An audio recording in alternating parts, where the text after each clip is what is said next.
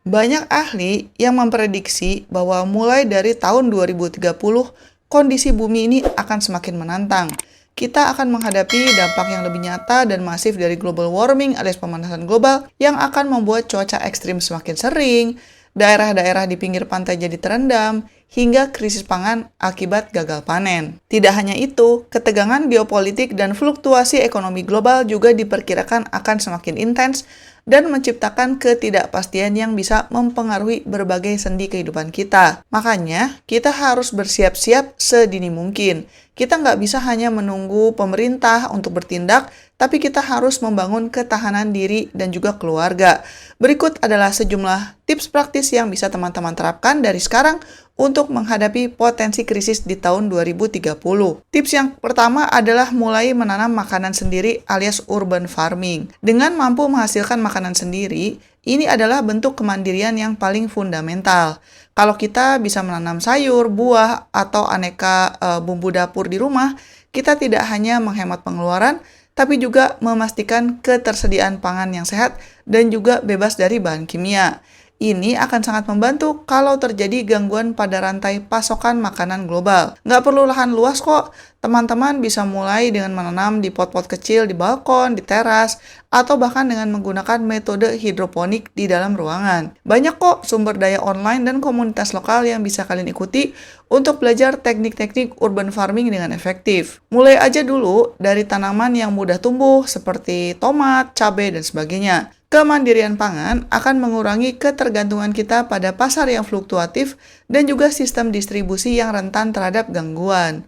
Selain itu, berkebun juga bisa menjadi hobi yang menenangkan dan bermanfaat untuk kesehatan mental. Tips yang kedua adalah kuasai keterampilan bertahan hidup. Mengetahui cara-cara dasar untuk bertahan hidup sangat krusial kalau infrastruktur modern tidak lagi berfungsi. Ini termasuk kemampuan untuk menyaring air minum, membuat api tanpa korek, ataupun navigasi tanpa GPS dan memberikan pertolongan pertama untuk keadaan kesehatan darurat. Keterampilan ini mungkin terdengar ekstrim, tapi sangat penting dalam kondisi darurat. Untuk mendapatkan kemampuan ini, teman-teman bisa nonton berbagai video YouTube atau ikut pelatihan survival yang banyak tersedia, baik secara offline maupun online. Teman-teman bisa belajar dari para ahli atau bergabung dengan komunitas pencinta alam yang sering berbagi pengetahuan tentang hal ini. Dengan memiliki pengetahuan seperti ini bisa memberikan kita rasa percaya diri yang lebih baik karena kita bisa mengandalkan diri sendiri dan tidak sepenuhnya bergantung pada bantuan eksternal pada saat situasi sulit. Tips yang ketiga adalah bangun kemandirian energi. Ketergantungan pada listrik dari jaringan umum bisa menjadi masalah besar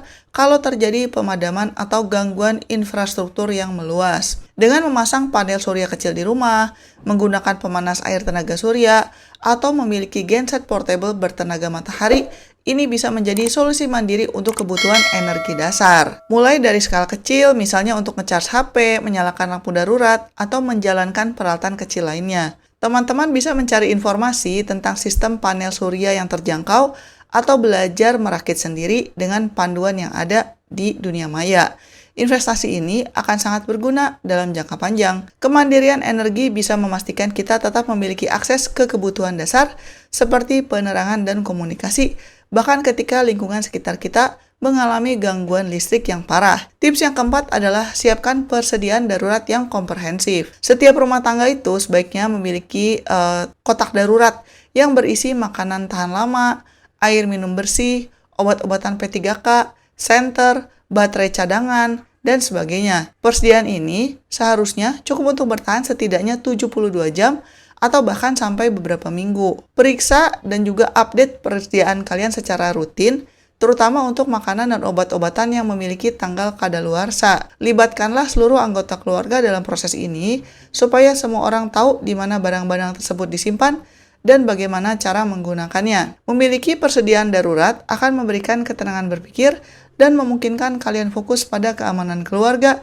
tanpa harus panik mencari kebutuhan dasar saat krisis melanda. Tips yang kelima adalah melakukan diversifikasi sumber pendapatan dan keterampilan. Mengandalkan satu sumber mata uang di masa sekarang ini sangat berisiko, apalagi di masa depan. Mulailah mengembangkan keterampilan tambahan atau mencari sumber pendapatan sampingan yang tidak hanya bergantung pada pekerjaan utama kalian. Ini bisa berupa keahlian digital, kerajinan tangan, atau juga layanan jasa. Identifikasilah bakat dan minat kalian, kemudian cari tahu bagaimana mengembangkannya menjadi sesuatu yang bisa menghasilkan uang. Ini bisa berupa belajar coding, desain grafis, menulis konten, atau membuat produk unik untuk menghasilkan uang tambahan. Keterampilan-keterampilan seperti ini bisa menjadi aset yang berharga yang bisa kalian gunakan untuk meningkatkan penghasilan. Diversifikasi pendapatan bisa memberikan kita fleksibilitas finansial yang lebih besar dan mengurangi dampak kalau salah satu sumber penghasilan kalian terganggu karena krisis ekonomi atau perubahan pasar kerja. Tips yang keenam adalah bangun komunitas yang solid. Ya, kalau ada krisis itu akan sangat susah ya untuk menghadapinya sendirian. Mulailah berinteraksi aktif dengan tetangga dan juga komunitas kalian. Bentuk jaringan dukungan di mana setiap orang bisa saling membantu dan berbagi sumber daya serta pengetahuan. Ini bentuknya bisa nanam bareng,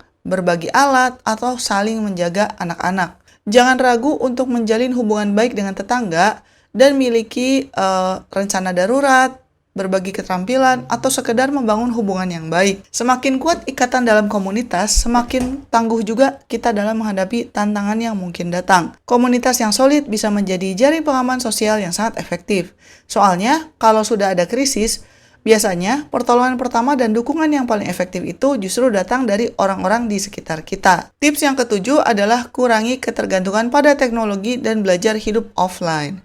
Meskipun teknologi sangat membantu, tapi kalau kita mengalami ketergantungan yang berlebihan, ini bisa menjadi bumerang kalau listrik padam atau jaringan komunikasi terputus. Latih diri kita untuk bisa melakukan hal-hal dasar tanpa gadget seperti membaca peta atau bahkan menulis. Kadang-kadang ada orang yang lupa caranya nulis karena keseringan HP-an. Coba adakan hari bebas gadget setiap minggu di rumah kalian.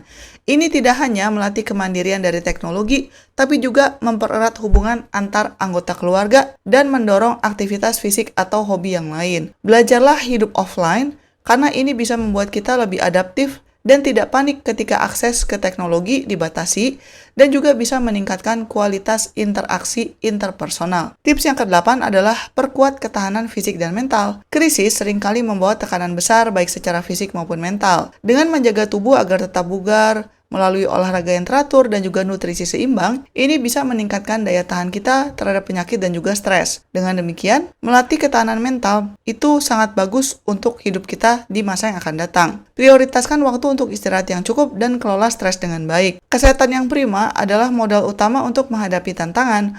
Tubuh yang kuat dan pikiran yang tenang akan memungkinkan kita membuat keputusan yang lebih tepat di saat yang sulit. Tips yang 9 adalah pahami sistem air dan sanitasi alternatif. Akses ke air bersih dan sanitasi yang layak adalah krusial. Kalau pasokan air terganggu, teman-teman harus tahu bagaimana cara mendapatkan dan memurnikan air dari berbagai sumber alternatif seperti air hujan atau air sumur. Pahami juga cara membuat sistem sanitasi darurat yang higienis. Perbaiki teknik-teknik sederhana untuk menyaring air dengan menggunakan kain, arang, atau pasir, dan bagaimana merebus air sehingga aman diminum. Teman-teman juga bisa menyiapkan wadah penampungan air hujan di rumah untuk kebutuhan yang bukan diminum. Pengetahuan tentang sistem air dan sanitasi alternatif bisa mencegah penyakit dan memastikan kebutuhan dasar kebersihan keluarga kalian tetap terpenuhi saat kondisi krisis. Dan tips yang ke-10 adalah edukasi diri.